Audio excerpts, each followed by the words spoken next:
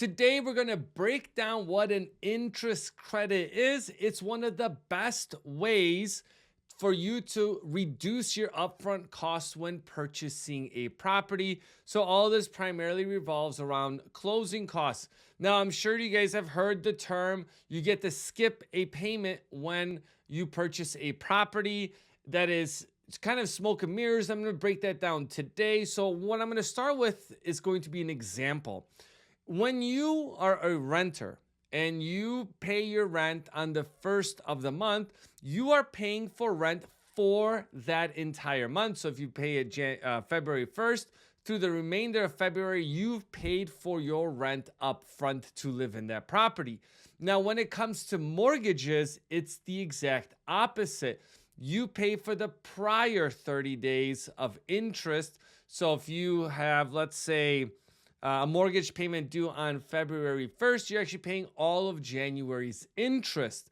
Now, this is how that component plays into purchasing a property. So let's say you close on January 1st of the month, okay? Your first mortgage payment is going to be not February, it's going to be March 1st. So on March 1st, you're going to pay all of February's interest.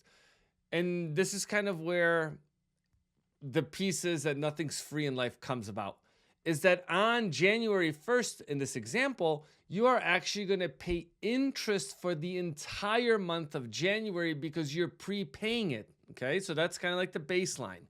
The second part that goes with that is that you also, since you skip a month, right? Remember, you're not really skipping, you're prepaying that interest. You also need to set up more money for escrows, meaning your taxes and insurance, which adds an additional month that you need to put in there. And so depending on where you live and how much interest you're paying, we can see people save sometimes a couple $1,000s, maybe sometimes it's a couple $100s. But you really need to be aware of that. So when someone's trying to tell you, oh, close on the first of the month because you get to skip a month, it's not really true. You're paying for that. You're just paying for that up front.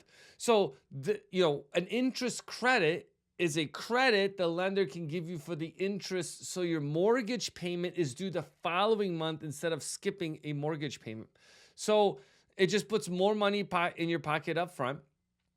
So in this example, let's say you close on the 5th day of January.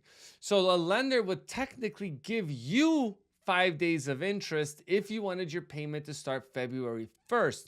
Now, a couple advantages to doing that. One of them is going to be, like I mentioned, less upfront costs so you could pocket a little bit more money. The second advantage you have, especially if you're using a VA home loan or any type of government loan product, for VA loans, you have the interest rate reduction refinance loan, and for FHA loans, they have a streamline refi that you're able to do. Both of those would require a minimum of 6 mortgage payments and 210 days from your first mortgage payment in order to refinance. So in theory, you would want your starting timeline to be sooner than later. Plus, you're able to then pay down principal sooner than later doing that. So in the event a refinance opportunity comes down the line, then you're able to leverage the program itself and do it sooner. So it's because again, you're paying for it no matter what. It's kind of smoke and mirrors, and that's how a lot of times people will pitch it. We always explain that to individuals that are looking to do that. These are the pros and cons. And this is a technique that we do use every month where we're like, hey, we're closing at the beginning of, let's say, at the end of a month.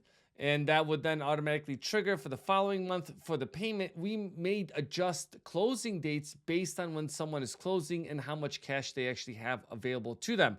Those are things that you want to consider when you're going through that transaction. And now let's talk about up to how many days into a week can you request this interest credit. This will depend on the type of loan and also the lending institution. Some of them don't want to do it like at all. And there's reasons for it. Like when they close on a deal, they have to sell a certain loan. They have less days to do so now because you're doing this interest credit. This is why, again, it gets a little dicey. But this is things you can ask your lender up front to see where it falls in line with what your goals are, not their goals. And if you guys want help going through the loan process, I'm able to help you be able to leverage the VA home loan across the country. You guys could reach out to me in the description down below. You could set up a call with me, and I could help you get pre-qualified through that process. And then that way you guys are able to really have somebody that's on your side walking you through that process. And you actually have a call with me and nobody else on my team. So a lot of great opportunities to be able to get yourself ahead in that home ownership piece, because we're always stressing the team is really important in this process to be able to sell, quote unquote, sell that VA home loan to sellers and sellers agents, because that's something we fight through all the time. Now, just to get back to the days of the interest credit, some places will allow you up to 10 days. So if you're closing up until the 10th of the month to be able to get a interest credit for that. Other banks will vary. Again, it can go from 1 day or no days up to 10 days, really depending on the investor, the bank, all that components that go into that. And again, doesn't make a difference if you're doing a conventional FHA or VA loan. Government loans typically have less time for that. So again, that might be a factor in changing your closing date, right? What if you're looking at a fifth closing date, but you don't want to pay the lender can't do the interest credit, or it might be past the date that they're allowed to do it. That's when you want to maybe move a closing date up sooner, because it works out in your advantage. But again, this is something you want to have a conversation with your lender up front. Hey, are the numbers tight? Are they not tight? And how much money do you want to put up front? But again, you have moving costs, you have other costs associated with your VA loan. But I'll tell you, it's one of the best ways to be able to position yourself to be able to save some money up front when you go through that loan process. So hopefully you guys got some good information from the video. Hit the like and subscribe button, and I'll catch you guys soon.